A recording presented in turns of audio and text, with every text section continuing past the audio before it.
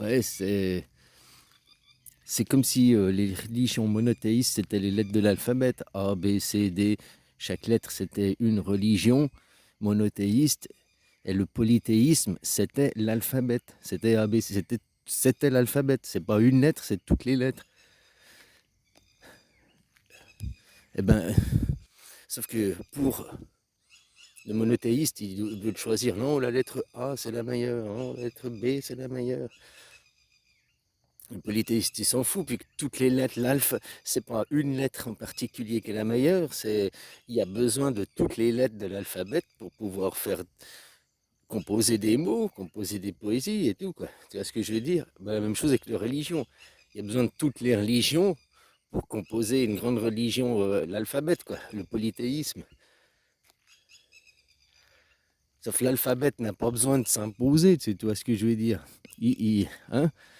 Mais à un moment donné, il faut que l'alphabet utilise les techniques d'une lettre, quoi. Il faut que le polythéisme utilise les techniques du monothéisme, qui sont l'imposition par la force pour dire c'est moi le meilleur, il n'y a qu'une lettre, il y a ma lettre. Tu vois ce que je veux dire? C'est ça que je veux dire, c'est que le polythéisme n'a pas besoin de s'imposer par la force et tout, il va de soi, vu que tu acceptes les points de vue, vu que tu acceptes. Mais à un moment donné, le polythéisme doit utiliser les techniques du monothéisme, donc il doit venir s'imposer par la force pour dire il n'y a qu'une religion, c'est l'alphabet. Ah oui, mais moi je suis A, moi je suis B, moi je suis... Oui, oui, il n'y a pas de problème, mais t'es pas la meilleure lettre de l'alphabet. La meilleure lettre, c'est toutes les lettres, c'est l'alphabet ensemble, c'est pas une lettre. Mais tu dois utiliser les techniques monothéistes, tu dois devenir roi, tu dois venir t'imposer, un peu voir comme il a fait tonton Adolphe. Hein. Tonton Adolphe, je te rappelle que la croix bouddhiste, la swastika, c'est la croix de Bouddha, hein. C'est la croix du bouddhisme, c'est la croix du polythéisme. Sauf que c'est la croix du polythéisme en mouvement. Enfin, c'est la croix bouddhique, c'est pas la croix polythéiste. La croix polythéiste, c'est la croix suisse. Mais la croix bouddhiste, tu tapes, hein, croix bouddhiste, c'est la swastika.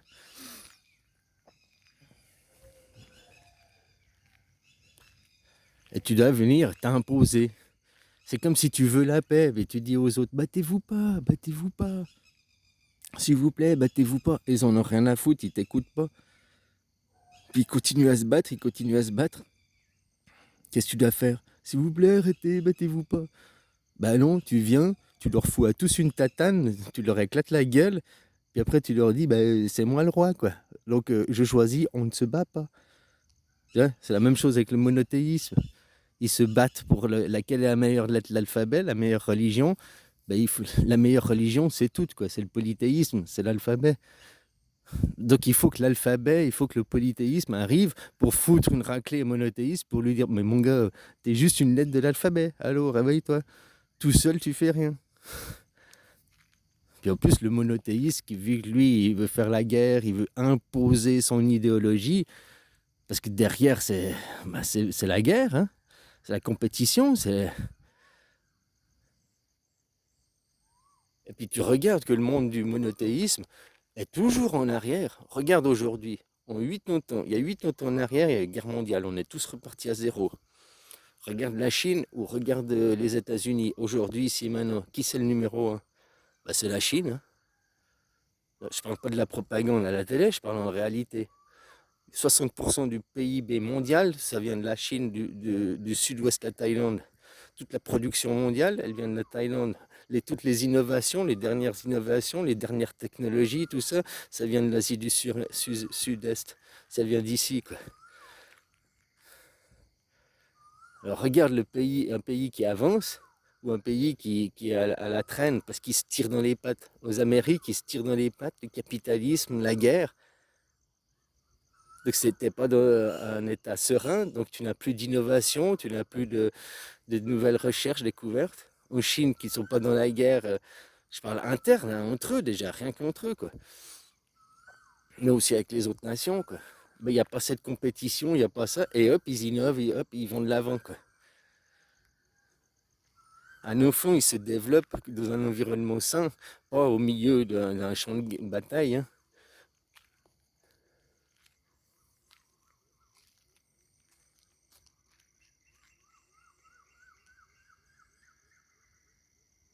Ah, les Chinois, ils sont partis plus lentement que vous, quoi, si on prend la Deuxième Guerre mondiale, hein.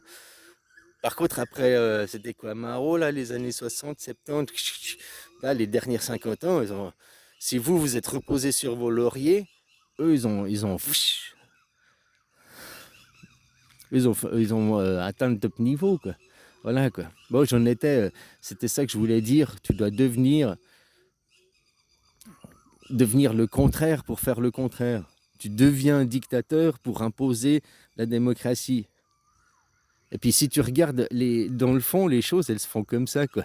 Vous êtes des pays dits démocratie et ils pratiquent la dictature. Puis nous, on est dans un pays dit démocrate, puis derrière, ils pratiquent la dictature, quoi. Dans une... Ah, je sais pas, non, je sais pas, là, je déconne.